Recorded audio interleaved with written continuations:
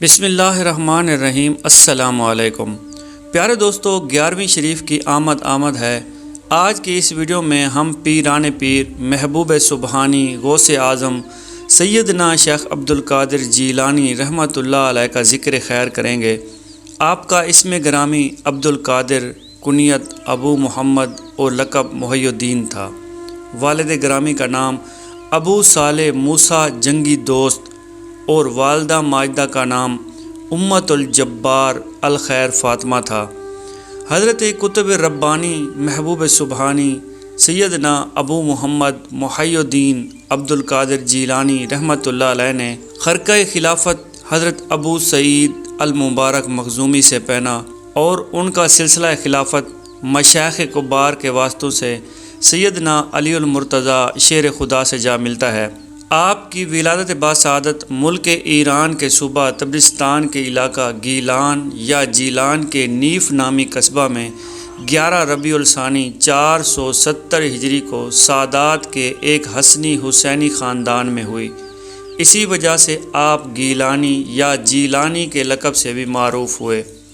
حضور غوث اعظم اپنے والد محترم کی طرف سے حسنی جبکہ والدہ ماجدہ کی طرف سے حسینی سید ہیں۔ آپ ابھی دنیا میں تشریف نہیں لائے تھے کہ آپ کی عظمت اور بڑائی کا ڈنکا پوری دنیا میں بج رہا تھا۔ چنانچہ تذکرات و صوفیاء میں ایک واقعہ درج ہے کہ ایک روز حضرت ابو القاسم جنید بغدادی رحمۃ اللہ علیہ مسجد میں برسر ممبر واز فرما رہے تھے کہ دفعتاً آپ کو ایک خیال گزرا کہ اولیاء کرام میں آج تک میرے ہم مرتبہ اور ہم پلہ برتر و بالا صاحب و کشف و کرامت بزرگ کامل نہ ہی کوئی ہوا ہے اور نہ ہی قیامت تک ہوگا۔ چنانچہ مجلس و واعظ میں اسی خیال کا اظہار ابھی آپ نے کیا ہی تھا کہ تاحال کوئی کلمہ زبان مبارک سے ابھی نکالا بھی نہیں تھا کہ حضور غوث پاک شیخ عبدالقادر جیلانی کی روح مقدس نے آپ کے باطن پر تجلی فرمائی، جس کی وجہ سے آپ بے ہوش ہو کر ممبر سے نیچے گر پڑے۔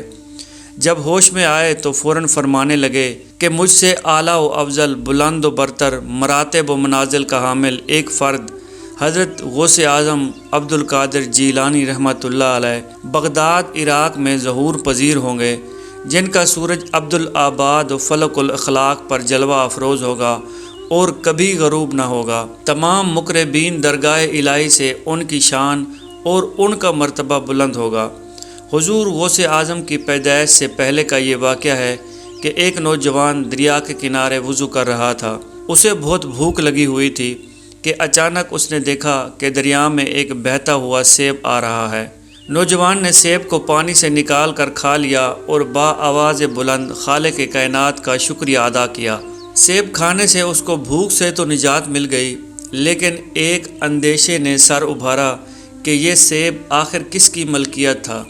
اس خیال کے آتے ہی نوجوان مضطرب ہو گیا اور اس کے پر نور چہرے پر ایک وحشت سی برسنے لگی، جیسے کسی نے اس کو چوری کرتے ہوئے پکڑ لیا ہو۔ کیا تو نے سیب کے مالک سے اس کے کھانے کی اجازت مانگی تھی؟ خود اس کا ضمیر اسے پکار رہا تھا۔ پھر یہ خلش اس سے برداشت نہ ہو سکی اور وہ بے اختیار دریا کی سمت روانہ ہو گیا جدھر سے سیب بہہ کر آیا تھا۔ نوجوان تیز رفتاری کے ساتھ دریا کے کنارے چلتا رہا اور قدم قدم پر دعا مانگتا رہا کہ سیب کے مالک سے ملاقات ہو جائے اور اس سے اپنی بد دیانتی کی معافی مانگ سکے۔ اچانک اسے سیبوں کا ایک باغ دکھائی دیا۔ سیب کے کچھ درخت پانی کے اوپر جھکے ہوئے تھے۔ نوجوان کو یقین ہو گیا کہ یہ سیب بھی اسی باغ کا تھا۔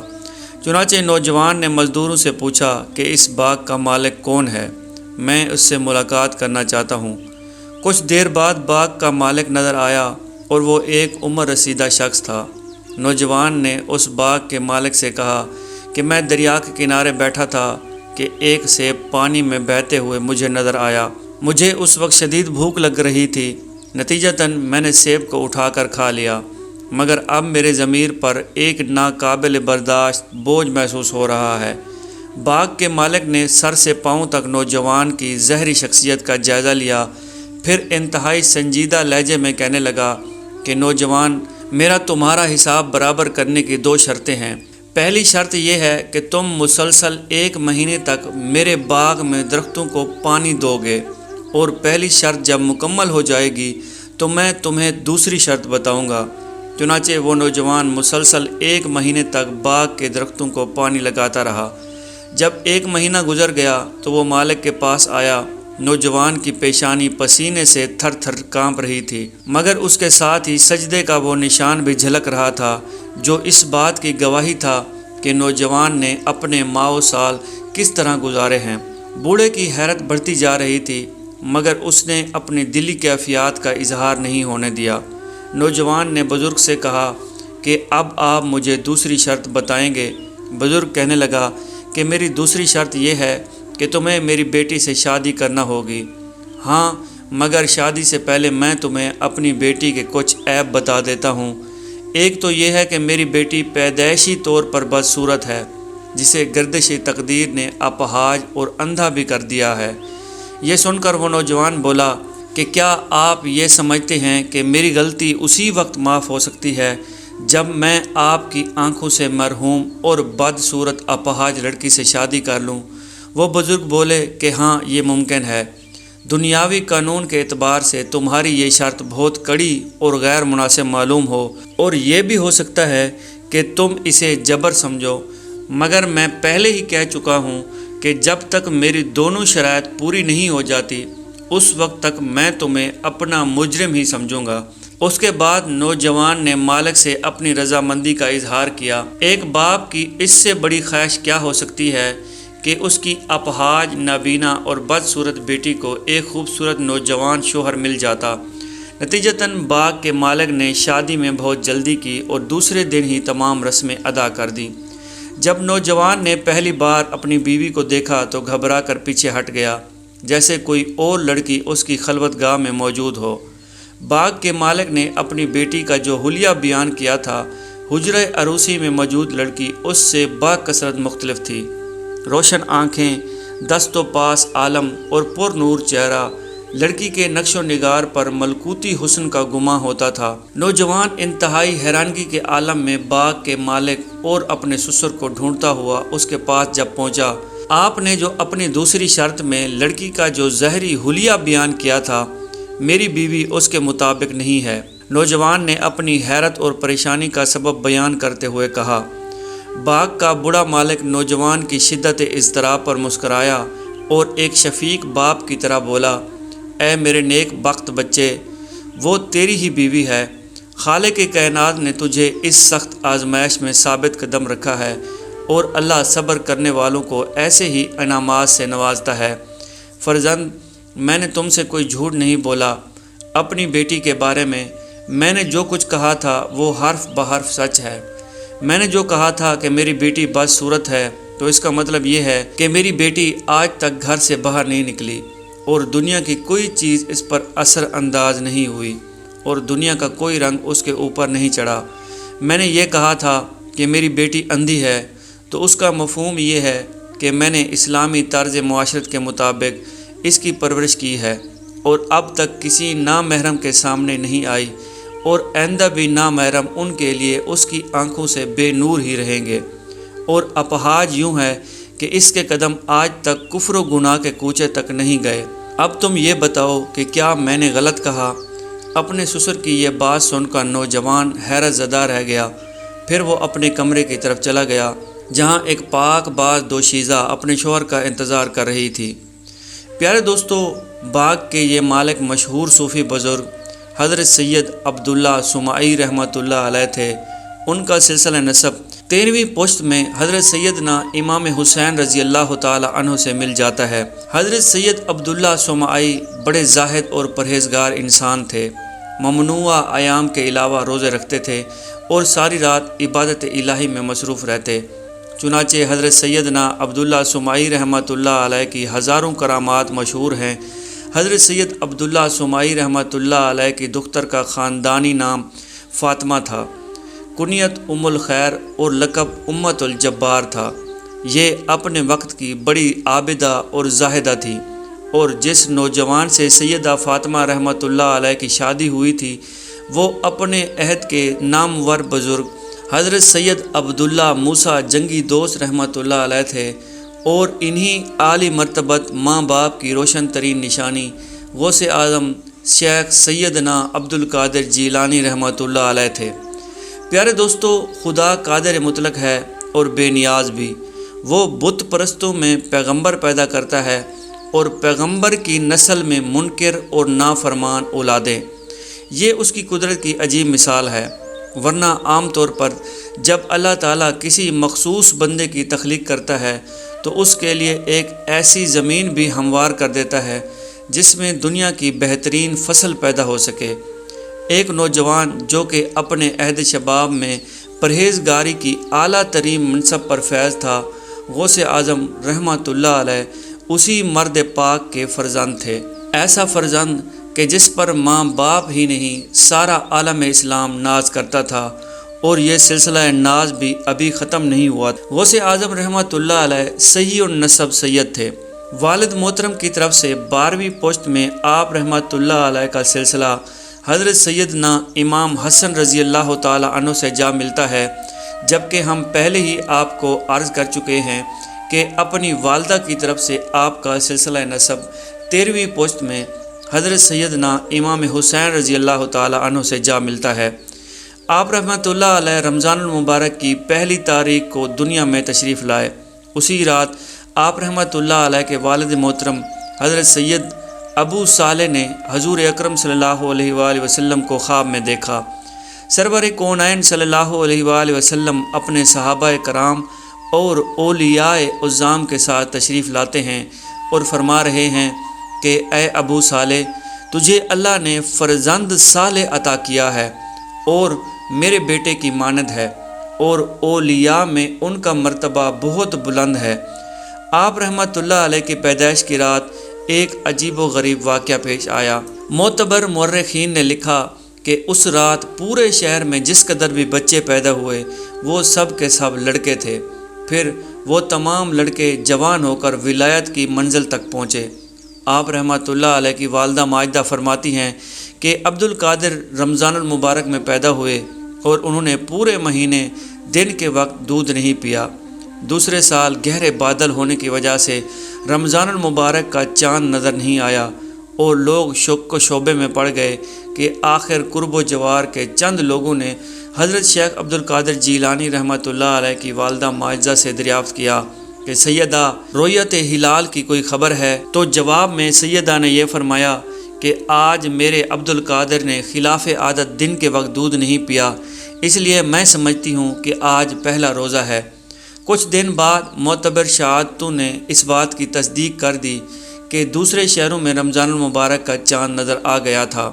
پھر یہ بات دور دراز کے علاقوں میں مشہور ہو گئی کہ سادات عجم میں ایک مبارک بچہ پیدا ہوا ہے جو رمضان المبارک میں دن کے وقت دودھ نہیں پیتا۔ خود حضور غوث اعظم شیخ عبدالقادر جیلانی رحمۃ اللہ علیہ نے اپنے ایک شعر میں اس واقعے کی طرف اشارہ کیا ہے، جس کا ترجمہ کچھ یوں ہے کہ میرے ابتدائی حالات کے ذکر سے تمام عالم بھرا ہوا ہے اور میرے گہوارے میں روزہ رکھنا مشہور ہے۔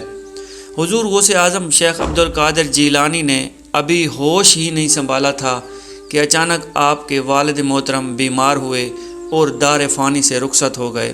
پیارے دوستو، اکثر اولیاء کرام کی زندگی میں یہ ایک قدر مشترک بات پائی جاتی ہے کہ وہ بچپن سے ہی سایہ پدری سے محروم ہو جاتے ہیں اور پھر مادہ پرسلوک یہ سمجھتے ہیں کہ ان یتیم بچوں کی زندگی کیسے گزرے گی اور دنیا میں کون ان کا پرسان حال ہوگا۔ مگر ایک وقت یہ بھی آتا ہے کہ جب یہی بچے، بے سہارا بچے، ساری دنیا کا محور و مرکز ہوتے ہیں۔ بڑے بڑے شاہان وقت ان کے آستانے پر کاسہ سوال لیے کھڑے رہتے ہیں۔ قدرت کی اسی رسم خاص کے مطابق حضرت شیخ عبدالقادر جیلانی رحمۃ اللہ علیہ بھی بچپن میں یتیم ہوئے، لیکن ابھی آپ کے نانا حیات تھے۔ حضرت سید عبداللہ سمائی رحمۃ اللہ علیہ نے آپ کو اپنی آغوش محبت میں لے لیا اور اپنے محبوب نواسے کی تعلیم و تربیت جاری رکھی۔ حضور غوث اعظم رحمۃ اللہ علیہ بچپن میں ہی دوسرے بچوں سے مختلف تھے۔ آپ کو دوسرے بچوں کی طرح کھیلوں اور مشوروں سے کوئی دلچسپی نہیں تھی۔ پھر بھی اگر کبھی بشر تقاضی سے مجبور ہو کر دوسرے بچوں کی طرح متوجہ ہوتے تو ایک غیبی صدا آپ رحمۃ اللہ علیہ کا تعاقب کرتی کہ اے بابرکت بچے میری طرف لوٹ آ۔ کسی معتبر تاریخ سے یہ پتہ نہیں چلتا کہ حضور شیخ عبد القادر جیلانی رحمۃ اللہ علیہ کی تعلیم کا آغاز کب ہوا۔ پھر بھی ایک مستند روایت موجود ہے کہ جس سے یہ اندازہ ہوتا ہے کہ آپ 10 برس کی عمر میں حصول علم کے غرض سے مکتب شریف تشریف لے جایا کرتے تھے۔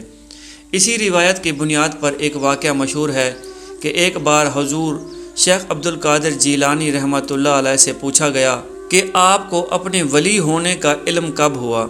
جواب میں حضور شیخ نے فرمایا کہ جب میں 10 برس کا تھا تو اپنے شہر کے مکتب میں پڑھنے جایا کرتا تھا۔ راستے میں مردان غیب میرے پیچھے پیچھے چلتے دکھائی دیتے تھے۔ پھر جیسے ہی میں مدرسے میں داخل ہوتا تو مردان غیب کو بار بار یہ کہتے ہوئے سنتا کہ اللہ کے ولی کو بیٹھنے کے لیے جگہ دو، اللہ کے ولی کو بیٹھنے کے لیے جگہ دو۔ ایک سائل نے آپ سے پوچھا کہ آپ کا امر کس بات پر مبنی ہے؟ تو آپ نے فرمایا کہ صدق پر۔ میں نے کبھی جھوٹ نہیں بولا۔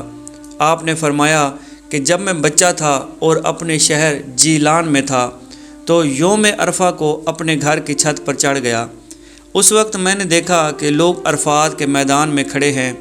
میں اپنی والدہ کے پاس آیا اور ان سے کہا کہ مجھے اللہ کے لیے بخش دو اور حکم دو کہ میں بغداد چلا جاؤں، وہاں علم حاصل کروں اور صالحین کی زیارت اور صحبت اختیار کروں۔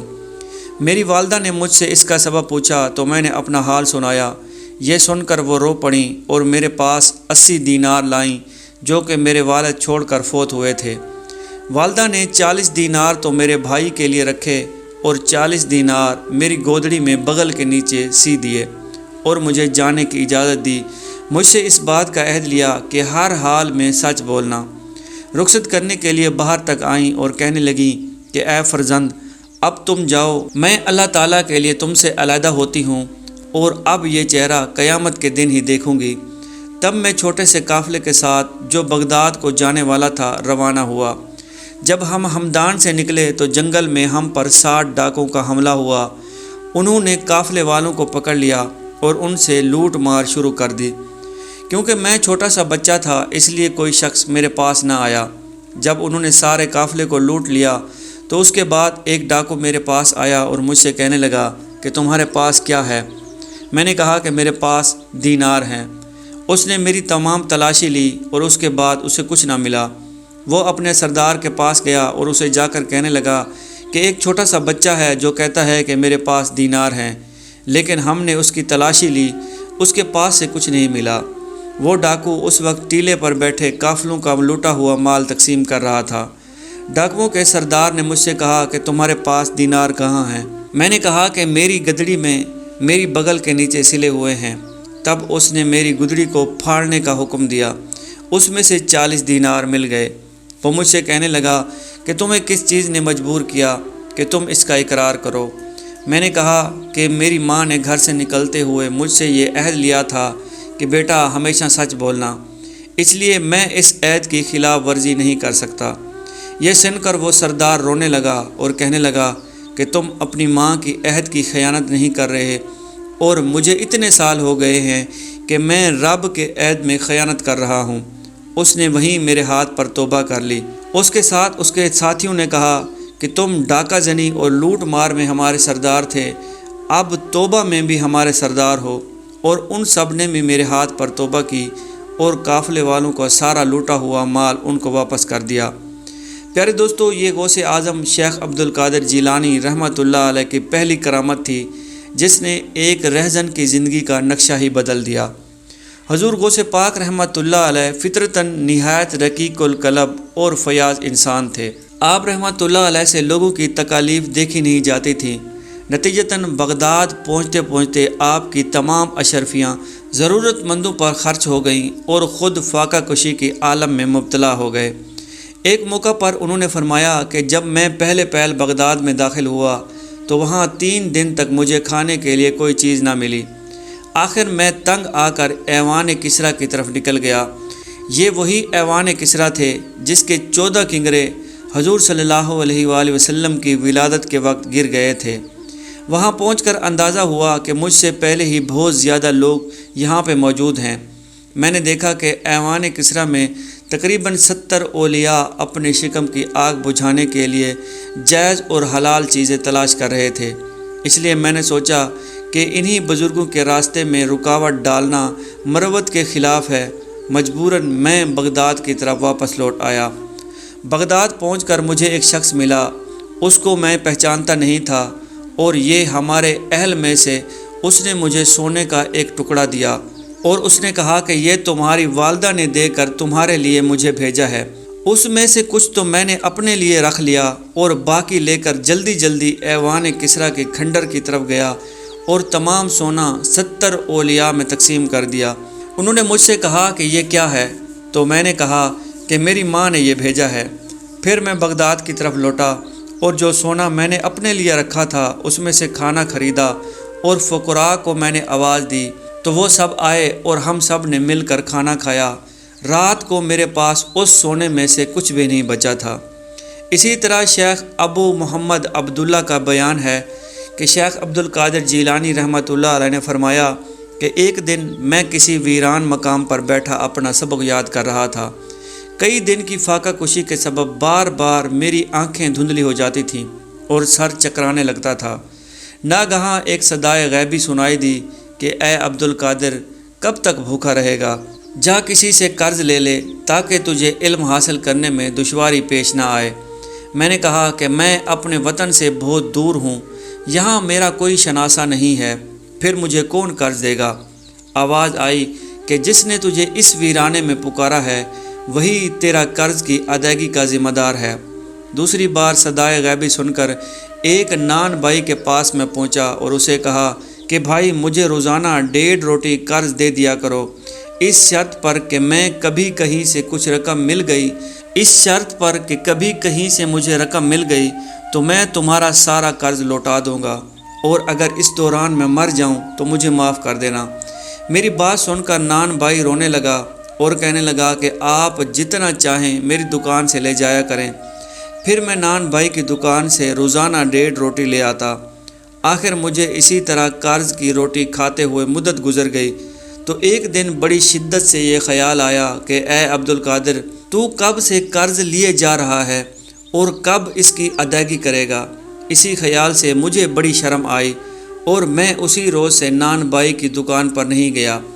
دوسرے روز مجھے پھر وہی غیبی آواز سنائی دی کہ جب ہم نے تمہارے قرض کی ادائیگی کا ذمہ لے لیا تھا پھر اتنے پریشان ہونے کی ضرورت کیا تھی؟ میں نے کہا کہ نان بھائی کے سامنے ندامت سے میرا سر نہیں اٹھتا، اب میں اس کے پاس نہیں جاؤں گا، مگر قرض ادا کرنے کے لیے تو جانا پڑے گا۔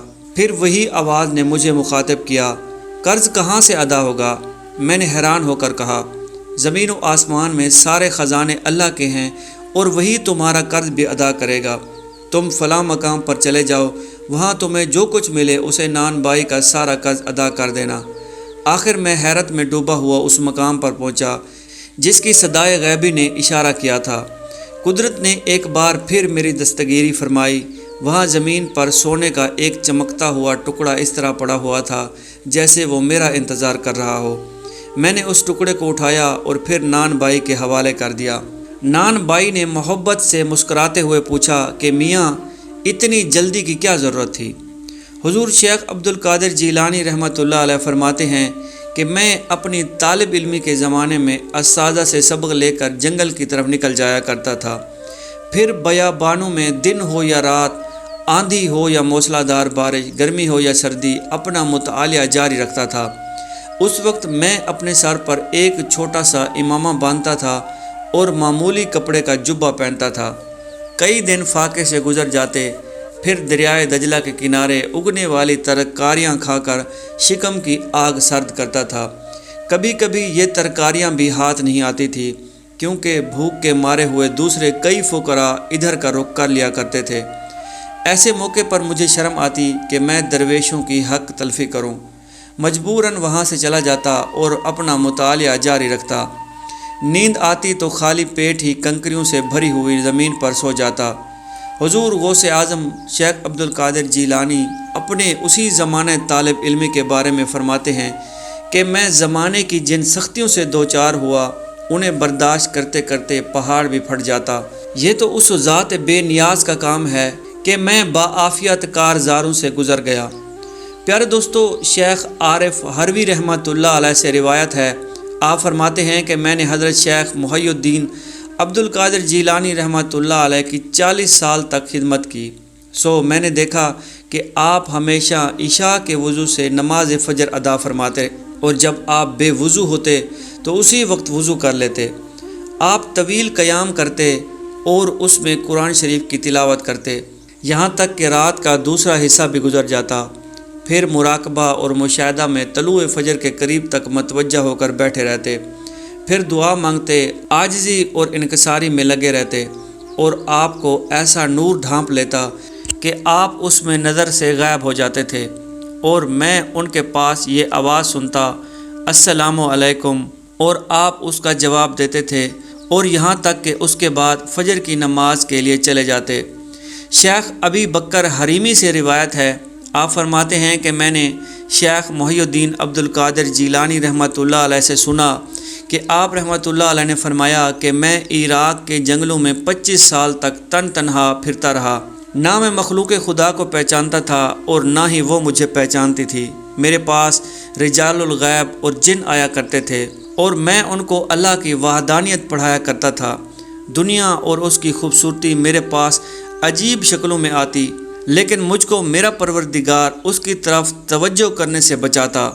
شیطان میرے پاس مختلف شکلوں میں آتے، لیکن خدا تعالیٰ مجھے ان پر قوت دیتا۔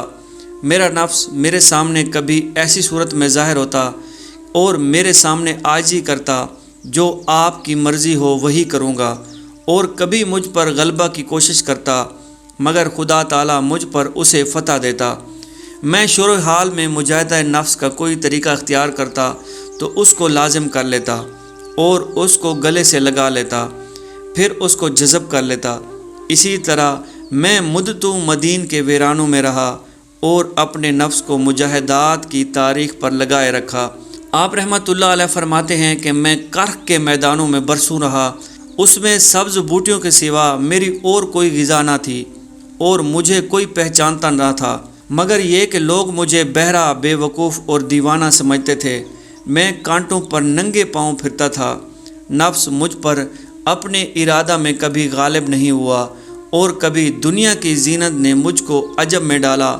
آپ فرماتے ہیں کہ میں رات دن جنگل میں رہا کرتا تھا اور بغداد کی طرف نہیں آتا تھا۔ شیطان میرے پاس صفیں باندھ کر پیدل اور سوار ہو کر آیا کرتے تھے، ان کے پاس طرح طرح کے ہتھیار ہوتے، مجھ سے لڑتے اور مجھ پر آگ پھینکا کرتے تھے۔ میں اپنے دل میں اللہ کے فضل سے ایسا ثابت قدم ہوتا کہ جس کی تعبیر نہیں ہو سکتی، اور اپنے باطن سے یہ آواز سنتا جو مجھے یہ کہتی تھی کہ اے عبد القادر، تو ان کے مقابلے میں کھڑا ہو جا، کیونکہ ہم نے تم کو ثابت قدم بنایا ہے اور تمہاری مدد کی ہے۔ پھر میں ان کے پیچھے دوڑتا تو وہ سب میرے دائیں بائیں بھاگ جاتے اور جہاں سے آتے وہیں چلے جاتے۔ انتہائی کڑی مشقت اور ریاضت کے بعد حضور شیخ عبد القادر جیلانی رحمۃ اللہ علیہ نے ذی الحج 1496 ہجری میں علم قریت، علم تفسیر، علم حدیث، علم فقہ، علم کلام، علم نعت، علم ادب، علم نحو، علم عروض، علم مناظرہ، علم تاریخ اور علم انساب کی تکمیل کی۔ اس وقت آپ رحمۃ اللہ علیہ کی عمر مبارک 26 سال تھی۔ یہ بھی حضور غوث اعظم رحمۃ اللہ علیہ کی ایک زندہ کرامت ہے کہ آپ نے صرف 26 سال میں یہ سارے علوم حاصل کر لیے۔ پھر آپ رحمۃ اللہ علیہ نے فتویٰ دینا شروع کیا تو علماء زہر کی صفوں میں ہلچل مچ گئی۔ ان علماء کا یہ کہنا تھا کہ ایک 26 سالہ نوجوان علمی شریعت کیسے گہرائیوں کو سمجھ سکتا ہے۔ پھر علماء نے حضور غوث پاک رحمۃ اللہ علیہ کے خلاف ایک محاذ بنا لیا۔ شرعی مسائل کا حل پیش کرنا کار طفلہ نہیں ہے۔ عبد القادر نے فتوے دینے کی اجازت نامہ کس سے حاصل کیا ہے؟ جب عقیدت مندوں نے حضور غوث پاک رحمۃ اللہ علیہ سے یہ سوال کیا تو آپ رحمۃ اللہ علیہ نے فرمایا کہ میرے اساتذہ میرے علم سے مطمئن ہیں اور ان کا اطمینان ہی میرا اجازت نامہ ہے۔ حضرت شیخ عبد القادر جیلانی رحمۃ اللہ علیہ کے تمام اساتذہ درویش اور گوشہ نشین تھے۔ انہیں دربار خلافت میں تقرب حاصل نہیں تھا، اس لیے دنیا دار علماء ان فقراء کی علمی حیثیت کو تسلیم کرنے پر آمادہ نہیں تھے۔ پھر نہایت زور و شور سے حضور شیخ عبد القادر جیلانی رحمۃ اللہ علیہ کے خلاف ایک مہم چلائی گئی کہ یہ نوجوان اس وقت تک فتوے دینے کا اہل نہیں جب تک وہ بغداد کے نامور علماء سے اجازت نامہ حاصل نہ کر لیں۔ اجازت نامہ حاصل کرنے کے لیے یہ ایک شرط تھی کہ حضرت شیخ عبد القادر جیلانی ان کے سامنے پیش ہوں اور امتحان کے مرحلے سے گزریں۔ آپ رحمۃ اللہ علیہ نے امتحان دینا قبول فرمایا اور آخر امتحانات کی ساعت بھی آ گئی۔ آپ علماء بغداد جنہیں حضرت شیخ عبد القادر جیلانی کے فتوے دینے پر اعتراض تھا، بڑی بڑی تعداد میں اسی عمارت میں جمع تھے۔ بہترین لباس زیب تن کیا ہوا تھا، سروں پر امامے سجائے ہوئے تھے، پیشانیوں پر نمود و نمائش کی لکیریں اور آنکھوں میں علم و آگاہی کا خمار بچھایا ہوا تھا۔ حضور شیخ عبد القادر جیلانی رحمۃ اللہ علیہ ایک معمولی کپڑے کا جبہ پہنے ہوئے کمرے میں داخل ہوئے، بلند آواز میں حاضرین کو سلام کیا اور نظریں جھکائے اپنی نشست پر جا کر بیٹھ گئے۔ حضور غوث اعظم کی یہ نشست عین علماء بغداد کے سامنے تھی۔ کچھ دیر تک تو مجلس میں گہرا سکوت طاری رہا، پھر شیخ عبد القادر جیلانی رحمۃ اللہ علیہ نے اپنی جھکی ہوئی نظریں اٹھائیں اور ایک نہایت نرم لہجے میں فرمایا کہ حضرات، میں اس قابل تو نہیں کہ کسی امتحان سے گزر سکوں، مگر جب رسم دنیا یہی ٹھہری ہے تو بسم اللہ۔ یہ کہہ کر حضور غوث اعظم رحمۃ اللہ علیہ نے امتحان لینے والے علماء کو بڑی غور سے دیکھا۔ بس ایک نظر کی دیر تھی کہ سب کچھ زیر و زبر ہو گیا۔ علماء بغداد نے محسوس کیا کہ حضور شیخ عبد القادر جیلانی رحمۃ اللہ علیہ سے نظر ملتے ہی ان کے اندر ایک انقلاب صبر برپا ہو گیا، مگر وہ اس انقلاب کو کوئی نام دینے سے قاصر تھے۔ جو علم اپنی ذات کی خوشنودی اور علم کی نمود و نمائش کی غرض سے حاصل کیا تھا، اس کے سارے دفتر لپیٹ دیے گئے تھے۔ علماء بغداد حضور غوث اعظم رحمۃ اللہ علیہ سے کیا سوال کرتے؟ ان میں تاب گویائی کہاں تھی؟ ساری زبانیں گنگ ہو کر رہ گئی تھی۔ امتحان کیا لیتے؟ ان کے دماغ تاریک ویرانوں میں تبدیل ہو گئے تھے۔ بس ایک نظر کا کھیل تھا کہ ساری عمر کا سرمایہ برباد ہو کر رہ گیا۔ علماء بغداد محسوس کر رہے تھے کہ کسی نادیدہ ہستی نے چند لمحوں میں ان کا تمام علم سلب کر لیا۔ اسی کیفیت کو حضرت امیر خسرو رحمۃ اللہ علیہ نے اپنے ایک مصرے میں بیان کیا تھا کہ چھاپ تلک سب چھین لی مجھ سے نینا ملا کے۔ کہتے ہیں کہ وہ تیری ایک نظر کیا تھی کہ جس نے میرے ماتھے سے بت پرستی کی تمام نشانیاں مٹا ڈالیں۔ یہ اس مشہور زمانہ منقبت کا مصرع ہے جو حضرت امیر خسرو رحمۃ اللہ علیہ نے اپنے پیر و مرشد محبوب الہی حضرت خواجہ نظام الدین اولیاء رحمۃ اللہ علیہ کی شان میں کہی تھی۔ اس مصرعے میں اہل ایمان کی روحانی طاقت کا ذکر کیا گیا ہے۔ سرور کونین حضور صلی اللہ علیہ وآلہ وسلم کی ایک حدیث مبارکہ بھی ہے کہ مرد مومن کی فراست سے ڈرو کہ وہ اللہ کے نور سے دیکھتا ہے۔ علماء ظاہر اس حقیقت کو سمجھ ہی نہیں سکے کہ اس وقت حضور غوث اعظم رحمۃ اللہ علیہ اللہ کے نور سے دیکھ رہے تھے۔ دنیا کی ایسی کون سی روشنی ہے جو اللہ کے نور کے مقابل ٹھہر سکے؟ اس کا نتیجہ یہ ہوا کہ ساری روشنیاں بجھ کر رہ گئیں اور علماء بغداد کے ذہنوں پر اندھیرے مسلط ہو گئے۔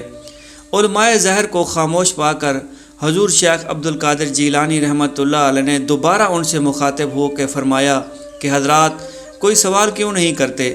تمام علماء نے بعض یک زبان کہا کہ کیا سوال کریں، ایسا لگتا ہے کہ ہمارے علم ہمارے ذہنوں سے رخصت ہو گئے ہیں، پھر مجھے اجازت دیجیے، مجھے دنیا میں اور بھی کام ہیں۔ یہ کہہ کر حضور غوث اعظم رحمۃ اللہ علیہ اٹھ کھڑے ہوئے۔ تم کہاں جا رہے ہو عبد القادر؟ ہمارا علم تو ہمیں لوٹا دو۔ علماء بغداد گریہ وزاری کرنے لگے۔ ہم تو ایک خالی مشکیزہ ہو کر رہ گئے ہیں، دماغ کے سارے سوتے خشک ہو گئے ہیں، اور وہ پانی کہاں گیا جو ہمارے ذہنوں کو سیراب کرتا تھا؟ علماء کی فریادوں سے پوری مجلس گونجنے لگی۔ اس شور فضا سے اہل مجلس کو اندازہ ہوا کہ حضرت شیخ عبد القادر جیلانی رحمۃ اللہ علیہ کی نظر پڑتے ہی علماء بغداد کے تمام علم سلب ہو گیا تھا، اور امتحان لینے والے خود ایک عجیب امتحان سے گزر رہے تھے۔ ناقابل یقین منظر تھا۔ اساتذہ خود ایک طالب علم سے بخشش و عطا کا سوال کر رہے تھے۔ حضور غوث اعظم نے فرمایا کہ میں شمشیر برہنہ اور چڑھی ہوئی کمان ہوں، میرا نشان تیر نشانے پر لگنے والا ہے، میرا نیزہ بے خطا اور میرا گھوڑا بے زین ہے۔ حضرت شیخ عبد القادر جیلانی رحمۃ اللہ علیہ عالم جزم میں یہ فرما رہے تھے، بے شک ہمیں یقین آ گیا، علماء بغداد بے اختیار پکار اٹھے، ہم تمہیں پہچانتے نہیں تھے، عبد القادر ہماری اس کوتاہی سے درگزر کرو اور اپنا دل صاف کر لو، میں نے تمہیں معاف کیا، اللہ بھی تمہیں معاف فرمائے۔ یہ کہہ کر حضور غوث پاک تشریف لے گئے۔ آپ رحمۃ اللہ علیہ کے جاتے ہی علماء بغداد کے سوئے ہوئے ذہن بیدار ہو گئے، دماغ کی تاریک راہ گزر پر دوبارہ روشنی پھیل گئی۔ اس واقعے کے بعد حضرت شیخ عبد القادر جیلانی رحمۃ اللہ علیہ کی ظاہری اور باطنی علم کی روشنی عام ہو گئی، مخالف علماء سرنگوں ہو گئے اور دشمن قدم بوسی کے لیے حاضر ہونے لگے۔ حضور غوث پاک رحمۃ اللہ علیہ کی دنیا سے بے رغبتی پھر لوٹ آئی اور آپ رحمۃ اللہ علیہ شہر کی آباد محفلیں چھوڑ کر ویرانوں کی طرف نکل گئے۔ ایک موقع پر حضور غوث پاک رحمۃ اللہ علیہ نے شیخ ابو العاص سے فرمایا کہ میں برج اجمی میں 11 برس رہا۔ ایک دن میں نے یہ عہد کیا کہ جب تک کوئی مجھے اپنے ہاتھ سے کھانا نہیں کھلائے گا میں اس وقت تک کھانا نہیں کھاؤں گا اور نہ ہی پانی پیوں گا۔ چنانچہ بھوک اور پیاس کے عالم میں کئی دن گزر گئے۔ پھر ایک روز ایک شخص کھانا لایا اور میرے سامنے رکھ کر چلا گیا۔ بھوک کی شدت اس قدر تھی کہ میرا نفس مجھ پر غالب آنے لگا۔ پھر میں نے کھانے کی طرف ہاتھ بڑھانے والا تھا کہ مجھے اپنا عہد یاد آ گیا۔ میں نے اپنے نفس کو مخاطب کر کے کہا کہ چاہے میری موت ہی واقع کیوں نہ ہو جائے مگر میں اپنا عہد نہیں توڑوں گا۔ ابھی برج میں میرے الفاظ کی گونج باقی تھی کہ ایک اور چیخ سنائی دی کہ ہائے بھوک، ہائے بھوک۔ یہ میرے نفس کی آواز تھی مگر میں نے اس کے متعلق کوئی پرواہ نہ کی۔ اس دوران میرے پیر و مرشد حضرت شیخ ابو سعید رحمۃ اللہ علیہ آئے۔ عبد القادر یہ کیا چیز ہے؟ پیر و مرشد نے میرے نفس کی چیخیں سن کر فرمایا۔ میں نے عرض کی یہ میرے نفس کا اضطراب ہے مگر روح اپنے مالک کے ذکر میں مشغول ہے اور اسے قرار حاصل ہے۔ اس کے بعد پیر و مرشد مجھے اپنے گھر لے گئے اور اپنے ہاتھ سے کھانا کھلانے لگے، یہاں تک کہ میں نے خوب سیر ہو کر کھانا کھایا۔ حضور شیخ عبد القادر جیلانی جس قدر نفس کشی کرتے، شیطان اسی شدت سے آپ کے تعاقب میں لگا رہتا۔ شیطانی مکر و فریب کے بارے میں حضور غوث اعظم رحمۃ اللہ علیہ نے اپنے مشاہدات بیان کرتے ہوئے فرمایا کہ شیطان ہیبت ناک صورتوں میں مسلح ہو کر قطار در قطار میرے سامنے آتے اور مجھ پر آگ پھینکتے۔ میں اپنے خدا کی پناہ مانگتا اور پھر تائید غیبی سے وہ آگ بجھ جاتی۔ ایک بار نہایت بد صورت شخص میرے پاس آیا، اس کے جسم پر سے بو آ رہی تھی۔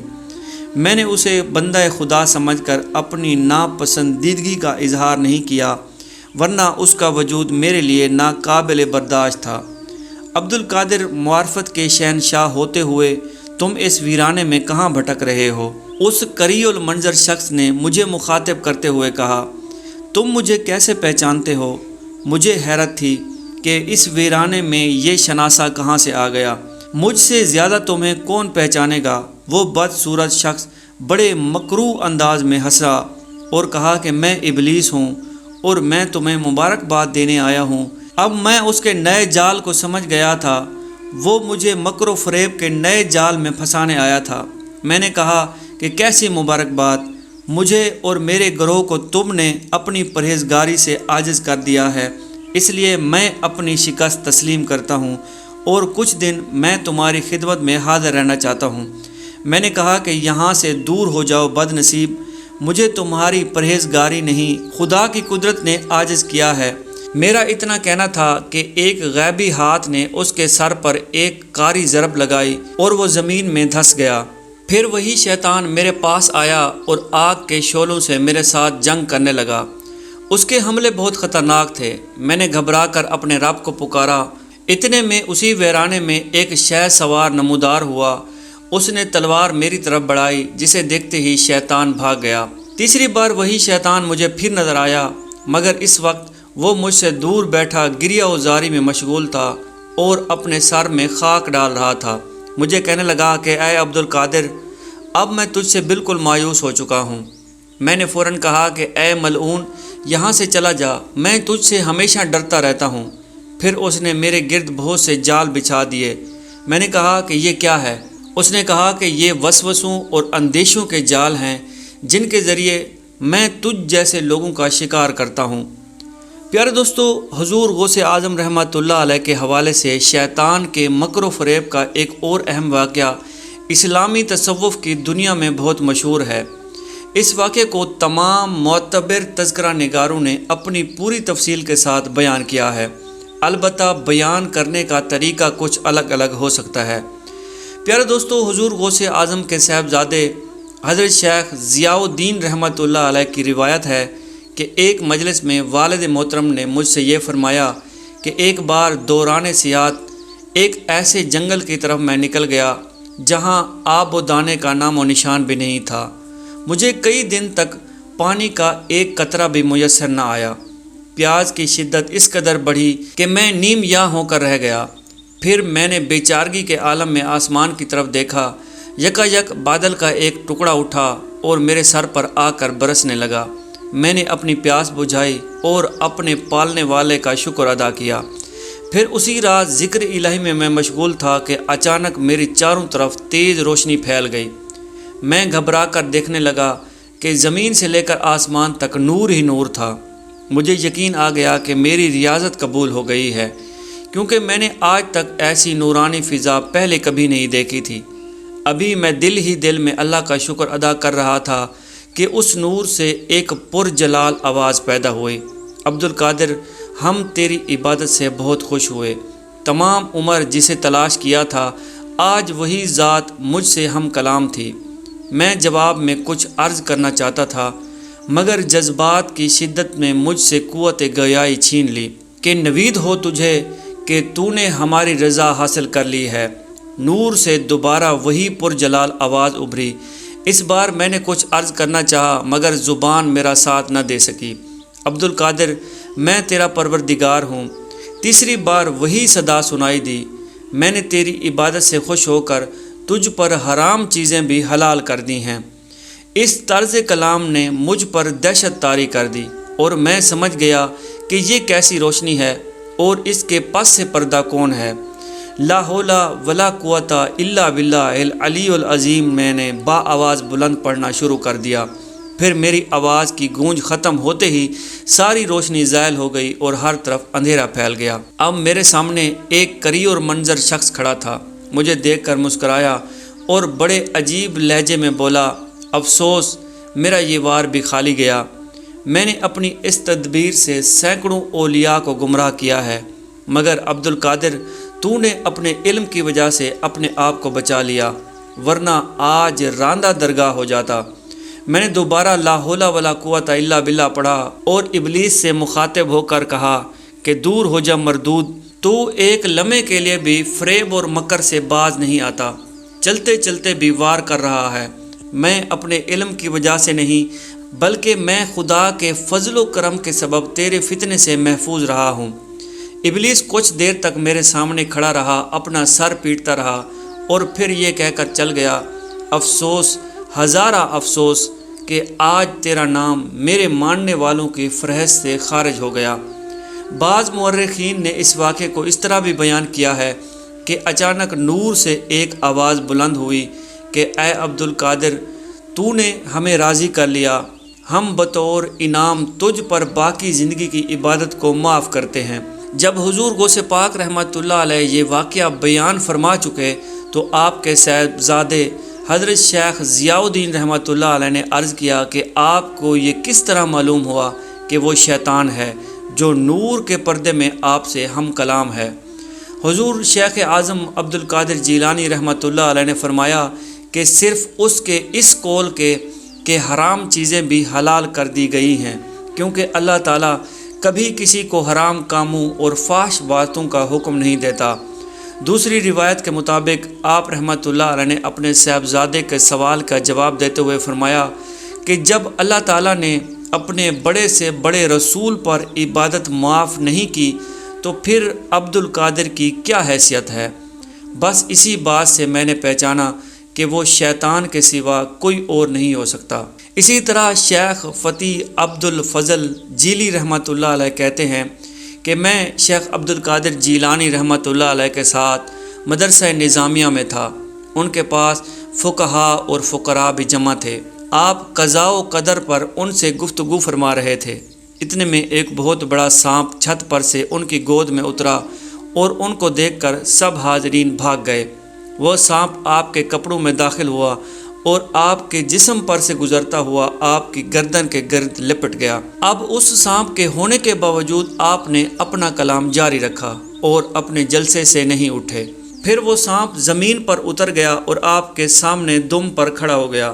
اس نے آپ سے کلام کیا اور آپ نے اس سے کلام کیا، جس کو ہم میں سے کوئی نہیں سمجھ سکا۔ جب سانپ وہاں سے چلا گیا تو لوگ آپ کی خدمت میں آئے اور انہوں نے آپ سے پوچھا کہ سانپ آپ سے کیا کہہ رہا تھا اور آپ نے سانپ کو کیا جواب دیا؟ آپ رحمۃ اللہ علیہ نے فرمایا کہ اس نے مجھ سے کہا کہ میں نے بہت سے اولیاء اللہ کو آزمایا ہے مگر آپ جیسا ثابت قدم کسی کو نہیں دیکھا۔ پھر میں نے سانپ سے کہا کہ تم ایسے ہی وقت میں مجھ پر گرے کہ جب میں قضاء و قدر میں کلام کر رہا تھا، اور تو ایک کیڑا ہی تو ہے جس کو قضاء حرکت دیتی ہے اور قدر اس کو ساکن کرتی ہے۔ سو میں نے ارادہ کیا جو میرا فعل ہے وہ میرے قول کے مخالف نہ ہو۔ ابو عبد الرزاق رحمۃ اللہ علیہ کہتے ہیں کہ میں نے اپنے والد شیخ محی الدین عبد القادر جیلانی رحمۃ اللہ علیہ سے ایک رات میں جامع منصور میں نماز پڑھ رہا تھا۔ ستونوں پر میں نے کسی شے کی حرکت کی آواز سنی۔ پھر ایک سانپ آیا اور اس نے اپنا منہ مقام سجدہ میں کھول دیا۔ جب میں سجدہ کا ارادہ کرتا تو اپنے ہاتھ سے اسے پیچھے ہٹا لیتا اور سجدہ کر لیتا، اور جب میں اتحیات کے لیے بیٹھتا تو میری ران پر سے چلتا ہوا میری گردن پر وہ سانپ لپٹ جاتا۔ جب میں نے سلام پھیرا تو اس کو نہ دیکھا، سانپ وہاں سے غائب ہو چکا تھا۔ اگلے دن میں جامع مسجد سے باہر گیا تو میں نے ایک شخص کو دیکھا جس کی آنکھیں لمبی تھیں اور اس کے دامن سے بو آ رہی تھی۔ تب میں نے جان لیا کہ یہ جن ہے۔ اس نے مجھ سے کہا کہ میں وہی جن ہوں جس کو آپ نے کل رات دیکھا تھا۔ میں نے بہت سے اولیاء اللہ کو اسی طرح آزمایا ہے جس طرح آپ کو میں نے سانپ بن کر آزمایا ہے، مگر آپ کی طرح میں نے ان کو ثابت قدم نہیں پایا۔ بعض ان میں سے وہ تھے جو ظاہر و باطن سے گھبرا گئے، بعض وہ تھے کہ ان کے دل میں اضطراب ہوا اور ظاہر میں ثابت قدم رہے، اور بعض وہ تھے کہ ظاہر میں مضطرب ہوئے اور باطن میں ثابت قدم رہے۔ لیکن میں نے آپ کو دیکھا کہ آپ ظاہر و باطن دونوں میں نہیں گھبرائے۔ مجھ سے اس نے سوال کیا کہ آپ مجھے اپنے ہاتھ پر توبہ کرائیں۔ سو میں نے اس سانپ کو توبہ کرائی۔ آپ رحمۃ اللہ علیہ کی یہ عادت مبارکہ تھی کہ اگر آپ کی اولاد میں سے کسی کی بھی وفات ہو جاتی اور مجلس کے دوران یہ وفات ہوتی تب بھی آپ اپنی مجلس کو نہیں ختم کرتے تھے، کرسی پر بیٹھے واعظ کو جاری رکھتے تھے۔ غسال میت کو غسل دیتا اور جب غسل سے فارغ ہوتے اور اس کو مجلس میں لاتے پھر اس کی نماز جنازہ پڑھاتے۔ حضور شیخ عبد القادر جیلانی نے بے شمار اساتذہ کرام سے علم شریعت اور اس وقت کے مروجہ فنون سیکھے۔ آپ رحمۃ اللہ علیہ کا شاگردگی اختیار کرنے اور بزرگوں کی خدمت میں نیاز بندی کا ظاہر کرنے کا انداز بھی بڑا عجیب تھا۔ اگر کسی بزرگ کی صحبت میں چند لمحے بھی گزارتے تو اپنے اساتذہ کی فہرست میں انہیں بھی شامل کر لیتے۔ اگر کسی اہل علم سے ایک سوال بھی کرتے تو وہ شخص عمر بھر کے لیے آپ کا استاد قرار پاتا۔ یہی وجہ ہے کہ ان حضرات کی تعداد ہزاروں تک پہنچتی ہے جن سے حضور غوث پاک رحمۃ اللہ علیہ فیض یاب ہوئے۔ آپ نے طریقت کی تعلیم حماد بن مسلم رحمۃ اللہ علیہ سے حاصل کی۔ آخر شدید ریاضتوں اور طویل مجاہدوں کے بعد حضرت شیخ عبد القادر جیلانی رحمۃ اللہ علیہ حضرت ابو سعید مبارک کی خدمت میں حاضر ہوئے۔ قاضی ابو سعید مبارک رحمۃ اللہ علیہ حضرت امام احمد بن حنبل کے مکتب فکر سے تعلق رکھتے تھے۔ حضور غوث پاک رحمۃ اللہ علیہ کو دیکھ کر قاضی ابو سعید مبارک نے فرمایا کہ بس اے جان بے قرار بے آب گوشہ نشین ہو جا۔ شیخ یہ دل مضطرب کسی ایک جگہ بیٹھنے کو تیار نہیں۔ حضرت عبد القادر جیلانی رحمۃ اللہ علیہ نے عرض کیا، جب تیرا دل قرار نہیں پکڑے گا تو پھر مخلوق خدا تجھ سے کس طرح فیض یاب ہوگی؟ حضرت قاضی ابو سعید مبارک نے فرمایا، شیخ میں نجات چاہتا ہوں۔ حضرت شیخ عبد القادر جیلانی نے دوبارہ عرض کی، اللہ نے تجھے نجات بخش دی، اب ان شکستہ حالوں کا خیال کرو جو نجات کی تلاش میں در بدر بھٹک رہے ہیں۔ قاضی ابو سعید مبارک رحمۃ اللہ علیہ نے فرمایا، پھر وہ نیک ساتھ آ پہنچی جب حضرت شیخ عبد القادر جیلانی رحمۃ اللہ علیہ حضرت قاضی ابو سعید رحمۃ اللہ علیہ کے دست مبارک پر بیعت ہو گئے۔ رسم بیعت ادا کرنے کے بعد پیر و مرشد نے حضرت شیخ عبد القادر جیلانی کو اپنے ہاتھ سے کھانا کھلایا۔ اس واقعے کا ذکر کرتے ہوئے حضور غوث اعظم رحمۃ اللہ علیہ فرماتے ہیں کہ حضرت ابو سعید مبارک نے مجھے کھانا تو اس وقت بھی کھلایا تھا جب میں برج اجمی میں مقیم تھا۔ فاقہ کشی کی حالت میں کئی دن گزر چکے تھے، مگر یہ کھانا اس کھانے سے بہت مختلف تھا۔ پیر و مرشد کا عطا کردہ ایک لقمہ شکم میں جاتے ہی عجیب کیفیت پیدا کر دیتا تھا۔ ہر لقمے کے ساتھ مجھے محسوس ہوتا کہ میرا باطن نور سے بھرتا جا رہا ہے، اور وہ ایک عام سی سادہ سی غذا تھی، مگر اس کی لذت بیان نہیں کی جا سکتی۔ دنیا کے بہترین کھانے اس کے آگے مان تھے۔ اس کے بعد قاضی ابو سعید مبارک رحمۃ اللہ علیہ نے حضرت شیخ عبد القادر جیلانی کو خرقہ ولایت عطا کرتے ہوئے فرمایا کہ عبد القادر یہ وہ خرقہ ہے جو رسالت مآب صلی اللہ علیہ وآلہ وسلم نے حضرت علی کرم اللہ وجہ الکریم کو عطا فرمایا تھا، پھر ان سے حضرت حسن بصری کو عطا ہوا، اس کے بعد حضرت حبیب اجمی رحمۃ اللہ علیہ کو، پھر اس کے بعد حضرت شیخ داؤد طائی رحمۃ اللہ علیہ کو، پھر اس کے بعد حضرت جنید بغدادی رحمۃ اللہ علیہ کو، حضرت شیخ ابو بکر شبلی رحمۃ اللہ علیہ کو، حضرت شیخ ابو الفضل عبد الواحد تمیمی، حضرت شیخ ترتوسی رحمۃ اللہ علیہ اور حضرت شیخ ابو الحسن علی سے ہوتے ہوئے یہ مقدس امانت مجھ تک پہنچی، اور اب یہ امانت تمہارے سپرد کر رہا ہوں۔ اللہ اس کی حفاظت کرے اور تمہیں ان پیران طریقت کے نقش قدم پر چلنے کی توفیق عطا فرمائے۔ حضرت ابو سعید مبارک رحمۃ اللہ علیہ کا لہجہ اس قدر اثر انگیز تھا کہ حضور شیخ عبد القادر جیلانی رحمۃ اللہ علیہ پر رکت طاری ہو گئی۔ ایک موقع پر حضور غوث پاک رحمۃ اللہ علیہ نے اپنی اس کیفیت کو بیان کرتے ہوئے فرمایا کہ ریاضتوں اور مجاہدوں کے دوران مجھ پر عجیب اسرار منکشف ہوئے تھے، پھر جب خرقہ خلافت پہنا تو دل و نظر کی دنیا ہی بدل گئی۔ اس قدر تجلیات الہی کا ظہور ہوا کہ ان کا شمار ہی ممکن نہیں۔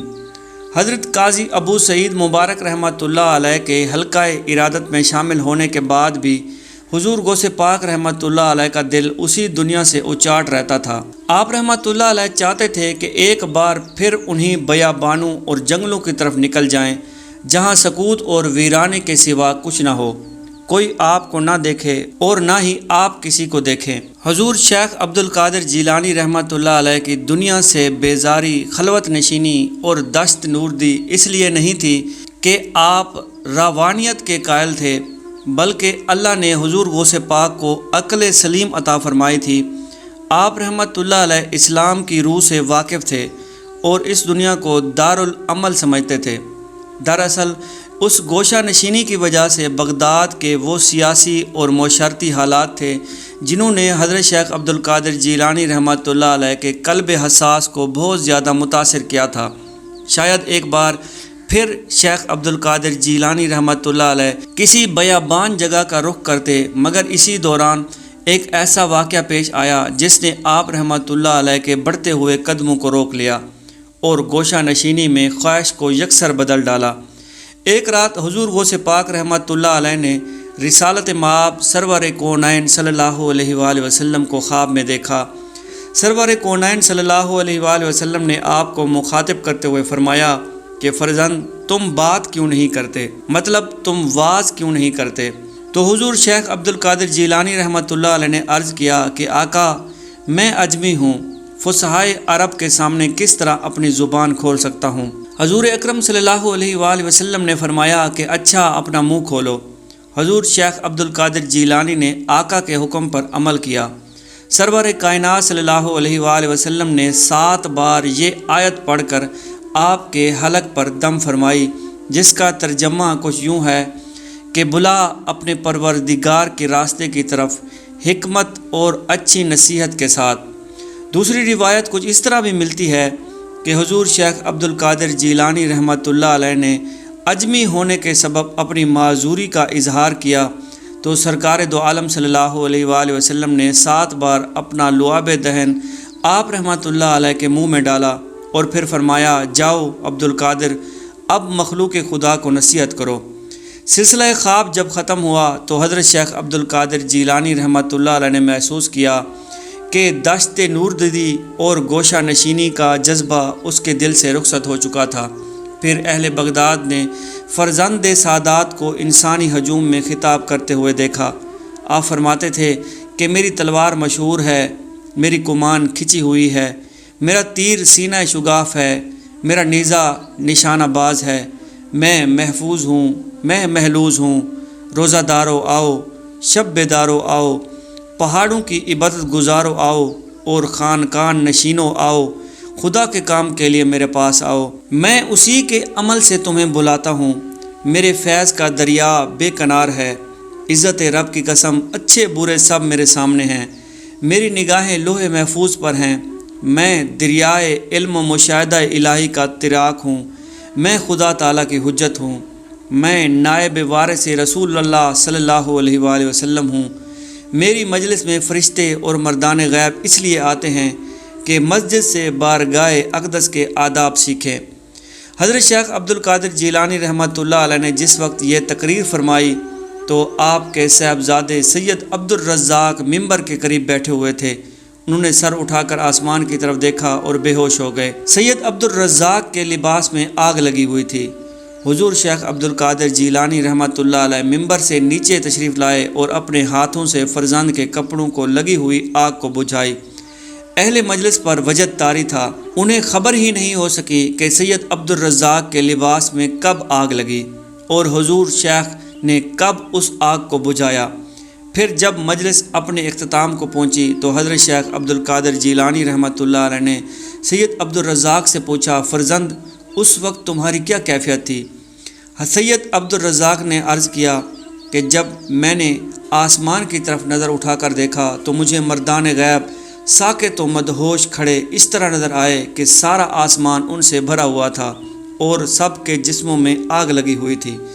حضور شیخ عبد القادر جیلانی نے اپنے پیر و مرشد حضرت قاضی ابو سعید مبارک رحمۃ اللہ علیہ کے مدرسے سے وعظ کا آغاز فرمایا تھا، مگر کچھ ہی دن بعد لوگوں کا اس قدر ہجوم ہوا کہ مدرسے میں بیٹھنے کی گنجائش باقی نہ رہی۔ اس صورتحال کے پیش نظر چند اہل خیر نے مدرسے کی عمارت میں توسیع کر دی، لیکن طالبان شوق کی کثرت کے سبب یہ جگہ بھی ناکافی ثابت ہوئی تو آخر آپ رحمۃ اللہ علیہ نے بندگان خدا کی تسکین کے لیے شہر کے باہر عیدگاہ میں اپنی مجلس و واعظ بنا لیا۔ حضرت شیخ کی کرسی اس طویل اور عریض میدان میں رکھ دی گئی اور لوگ قطار در قطار آپ رحمۃ اللہ علیہ کے گرد جمع ہونے لگے۔ معتبر اور مستند مورخین نے لکھا کہ حضرت شیخ عبد القادر جیلانی رحمۃ اللہ علیہ کی مجلس و واعظ میں حاضرین کی تعداد 70,000 تک پہنچ جاتی تھی۔ مریدین ایسے موقع پر سوچا کرتے تھے کہ انسانوں کی اتنی بڑی تعداد حضرت شیخ رحمۃ اللہ علیہ کی تقریر سے کس طرح مستفیض ہو سکے گی۔ ان کی یہ سوچ فطرت اس اصول کے مطابق تھی کہ انسانی آواز ایک مخصوص اور محدود دائرے میں سنی جا سکتی ہے۔ اس وقت تک لاؤڈ سپیکر جیسا برقی آلہ بھی ایجاد نہیں ہوا تھا، اس کے ذریعے بیک وقت لاکھوں انسان کسی واحد انسان کی تقریر سن سکتے ہیں، مگر حضرت شیخ عبد القادر جیلانی رحمۃ اللہ علیہ کی مجلس و واعظ میں نزدیک کو دور بیٹھنے والے ہر شخص کو یکساں آواز سنائی دیتی تھی، اور ہر شخص کسی آلے کے مدد کے بغیر آپ کی تقریر اسی طرح سن سکتا تھا جس طرح شیخ صرف اسی سے مخاطب ہوں۔ آپ رحمۃ اللہ علیہ کی یہ بڑی کرامت ہے جس پر ایک نہیں ہزاروں گواہیاں تاریخ کے اوراق میں محفوظ ہیں۔ شیخ ابو الحسن سعید انصاری رحمۃ اللہ علیہ کا بیان ہے کہ میں 529 ہجری میں بغداد پہنچا اور سیدنا شیخ عبدالقادر جیلانی رحمۃ اللہ علیہ کی مجلس و وعظ میں حاضر ہوا۔ تاخیر سے پہنچنے کے سبب مجھے آخری صفوں میں جگہ میسر آ سکی۔ اس وقت شیخ عبدالقادر جیلانی رحمۃ اللہ علیہ زہد و تقوی کے موضوع پر تقریر فرما رہے تھے۔ میں نے اپنے دل میں کہا کہ کاش آپ معرفت پر کچھ ارشاد فرمائیں۔ اسی خیال کے آتے ہی میں نے سنا کہ شیخ فرما رہے ہیں کہ معرفت کیا ہے۔ پھر آپ نے معرفت کے موضوع پر ایسی فکر انگیز اور پر اثر تقریر فرمائی کہ اس سے پہلے میں نے کسی عالم کی زبان سے ایسی تقریر نہیں سنی تھی۔ اس کے بعد مجھے خیال آیا کہ کاش شیخ رحمۃ اللہ علیہ شرک کے موضوع پر تقریر فرمائیں۔ پھر دیکھتے ہی دیکھتے سیدنا شیخ عبدالقادر جیلانی رحمۃ اللہ علیہ نے موضوع بدل دیا اور شرک پر ایسی تقریر فرمائی کہ میرے ہوش و حواس گم کر دیے۔ آج سے پہلے الفاظ و معنی کا ایسا سیلاب میں نے کہیں نہیں دیکھا تھا۔ پھر میں نے چاہا کہ حضرت شیخ فنا اور بقا کے مسئلے پر میری تسلی فرما دیں۔ سیدنا شیخ عبدالقادر جیلانی رحمۃ اللہ علیہ نے فنا اور بقا کے موضوع پر بھی ایسی تقریر فرمائی کہ نادر روزگار تھی۔ مجھے اپنی ذات پر فخر ہونے لگا کہ حضرت شیخ عبدالقادر جیلانی کس فیاضی کے ساتھ مجھ پر توجہ فرما رہے ہیں۔ ایسا معلوم ہوتا تھا کہ جیسے آپ رحمۃ اللہ علیہ آج کی مجلس و وعظ میرے لیے ہی صرف وقف کر دی ہے۔ تقریر ختم ہونے کے بعد سیدنا عبدالقادر جیلانی رحمۃ اللہ علیہ نے حاضرین کی پچھلی صف پر نگاہ کی اور براہ راست مجھ سے مخاطب ہو کر فرمایا کہ ابو الحسن، کیا یہ تیرے لیے کافی ہے؟ حضرت شیخ رحمۃ اللہ علیہ کی زبان مبارک سے یہ سننا تھا کہ میری حالت غیر ہو گئی۔ میں نے اپنا گریبان چاک کر ڈالا اور دھاڑے مار مار کر رونا شروع کر دیا۔ ایک روز حضرت شیخ عبدالقادر جیلانی رحمۃ اللہ علیہ کی مجلس میں 10,000 سے زائد افراد موجود تھے۔ حاضرین میں سے شیخ علی بن نصر بھی موجود تھے جو آپ رحمۃ اللہ علیہ کے سامنے بیٹھے ہوئے تھے۔ حضرت شیخ رحمۃ اللہ علیہ کی تقریر شروع نہیں ہوئی تھی اور حاضرین مجلس آپس میں گفتگو کر رہے تھے۔ یکایک شیخ علی کو نیند آ گئی۔ حضرت شیخ عبدالقادر جیلانی رحمۃ اللہ علیہ نے ایک نظر ان کی طرف دیکھا اور پھر لوگوں کو مخاطب کر کے فرمایا کہ خاموش ہو جاؤ، خاموش ہو جاؤ۔ حضرت شیخ رحمۃ اللہ علیہ کا یہ فرمانا تھا کہ حاضرین مجلس اس طرح خاموش ہو گئے کہ ان کی سانسوں کے سوا کچھ بھی سنائی نہیں دیتا تھا۔ اس کے بعد حضور شیخ عبدالقادر جیلانی رحمۃ اللہ علیہ ممبر سے نیچے اترے اور شیخ علی کے روبرو ادب سے کھڑے ہو گئے۔ اہل مجلس حیران تھے کہ آج تک ان کے سامنے ایسی صورتحال پیش نہیں آئی تھی۔ حضور شیخ عبدالقادر جیلانی بہت دیر تک اسی حالت میں شیخ علی رحمۃ اللہ علیہ کے چہرے کی طرف غور سے دیکھتے رہے۔ پھر جب شیخ علی بیدار ہوئے تو انہوں نے حضور شیخ عبدالقادر جیلانی رحمۃ اللہ علیہ کو اپنے سامنے استدادہ پایا تو خود بھی گھبرا کر کھڑے ہو گئے۔ فرمایا کہ علی بیٹھ جاؤ۔ آپ نے اپنا دست شفقت شیخ علی کے کاندھے پر رکھتے ہوئے فرمایا، آپ کھڑے ہوں تو پھر یہ ناچیز کس طرح بیٹھ سکتے ہیں؟ فاتح عقیدت سے شیخ علی کا لہجہ سرشار تھا۔ بیٹھ جاؤ علی۔ حضور شیخ عبدالقادر جیلانی رحمۃ اللہ علیہ نے شیخ علی کے کاندھے کو دباتے ہوئے فرمایا، میں کہہ رہا ہوں کہ بیٹھ جاؤ۔ شیخ علی حکم شیخ سے مجبور تھے، ناچار اپنی نشست پر بیٹھ گئے۔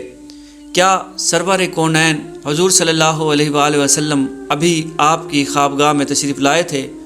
حضرت شیخ عبدالقادر جیلانی رحمۃ اللہ علیہ نے شیخ علی سے دریافت فرمایا، جی ہاں، ابھی کچھ دیر پہلے مجھے سرور کائنات صلی اللہ علیہ وآلہ وسلم کی زیارت نصیب ہوئی۔ شیخ علی نے رقت امیز لہجے میں عرض کی، میں سردار دو جہاں صلی اللہ علیہ وآلہ وسلم کے احترام میں ہی کھڑا ہوا تھا۔ حضرت شیخ عبدالقادر جیلانی رحمۃ اللہ علیہ نے فرمایا، شیخ علی حضرت سید عبدالقادر جیلانی رحمۃ اللہ علیہ کے مقام سے واقف تھے، مگر پھر بھی انہوں نے بڑی حیرت سے حضرت شیخ کی طرف دیکھا۔ کیا سرکار دو عالم صلی اللہ علیہ وآلہ وسلم نے آپ کو کوئی ہدایت فرمائی؟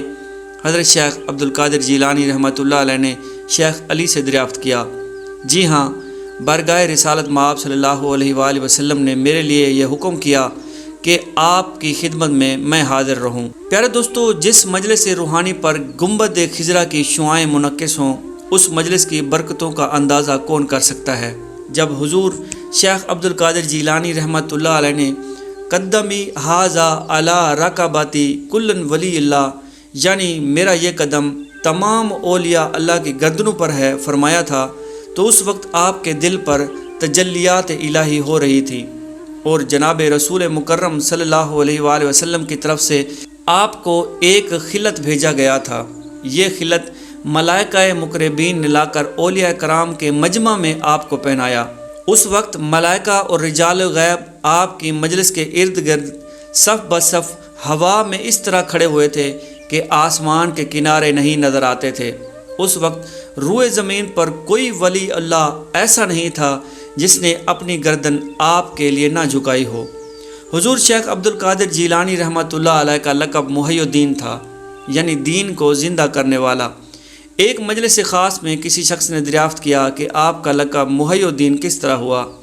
حضور شیخ رحمۃ اللہ علیہ نے جواباً کہا کہ ایک بار میں بغداد سے باہر گیا ہوا تھا، واپسی پر جب شہر کے قریب پہنچا تو ایک نہایت خستہ حال اور ضعیف و ناتوان شخص میرے سامنے آیا اور دیکھتے ہی دیکھتے زمین پر گر کر تڑپنے لگا۔ میں نے اجنبی سے پوچھا کہ اے بھائی، تجھے کیا ہوا؟ تجھے کیا تکلیف ہے؟ میں اپنا حال کس کو سناؤں؟ مجھے کون کون سی بیماریاں لاحق ہیں؟ ضعیف و ناتوان شخص نے کانپتی ہوئی آواز میں کہا، میں قریب المرگ ہوں، اگر تم سے ہو سکے تو مجھ پر رحم کرو اور ایسی دوائی دو کہ جسے پی کر میں جاں بر ہو سکوں۔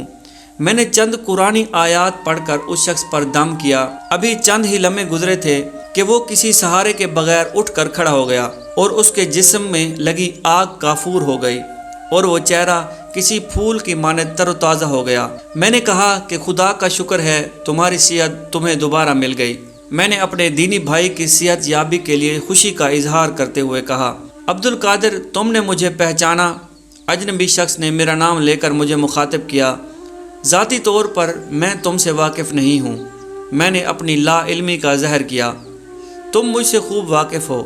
اجنبی شخص نے کہا، میں حضرت محمد مصطفیٰ صلی اللہ علیہ وآلہ وسلم کا دین اسلام ہوں۔ ضعف و ناتوانی کے سبب میرا یہ حال ہو گیا تھا، اللہ تعالیٰ نے مجھے تمہارے ہاتھوں میں زندہ کیا اور آج سے تم محی الدین ہو۔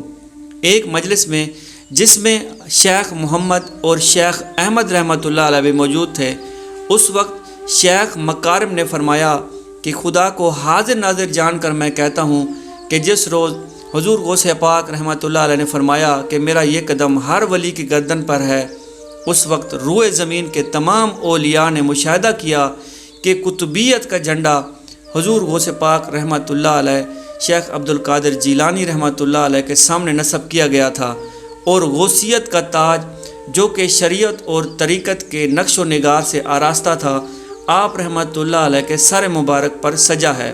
یہ منظر دیکھ کر 10 کے 10 ابدالوں نے حضرت شیخ عبد القادر جیلانی رحمۃ اللہ علیہ کے فرمان مبارک پر سر تسلیم خم کر دیا۔ غوثیت بزرگی کا ایک خاص درجہ ہے۔ روحانی دنیا میں حضرت سیدنا عبد القادر جیلانی رحمۃ اللہ علیہ غوث اعظم کے لقب سے عالمگیر شہرت رکھتے ہیں۔ غوثیت کے لغوی معنی ہے فریاد رس، یعنی فریاد کو پہنچنے والا۔ چونکہ شیخ غریبوں، بے کسوں اور حاجت مندوں کے مسائل پر پوری طرح توجہ فرماتے تھے، اس لیے آپ کو غوث کے لقب سے سرفراز کیا گیا۔ اکثر عقیدت مند آپ کو پیران پیر اور دستگیر کے لقب سے بھی یاد کرتے ہیں۔ روایات میں ہے کہ حضرت شیخ عبد القادر جیلانی رحمۃ اللہ علیہ کو غوث اعظم کا لقب بارگاہ خداوندی سے ملا تھا۔ مردان غیب نے آپ کو اسی لقب سے مخاطب کیا تھا، اور پھر یہ لقب اس قدر عام ہوا کہ اکثر لوگوں کو آپ رحمۃ اللہ علیہ کا حقیقی نام بھی یاد نہیں رہا، مگر وہ غوث اعظم کو خوب جانتے ہیں۔ پیارے دوستو، حضرت شیخ عبد القادر جیلانی رحمۃ اللہ علیہ کی کرامات اس قدر تواتر کے ساتھ بیان کی جاتی ہیں کہ صدیاں گزر جانے کے باوجود بر صغیر پاک و ہند کے گوشے گوشے میں اس کی گونج سنائی دیتی ہے۔ آپ رحمۃ اللہ علیہ نے فرمایا کہ جب اللہ تعالیٰ سے دعا کرو تو مجھے وسیلہ بنا کر دعا کرو۔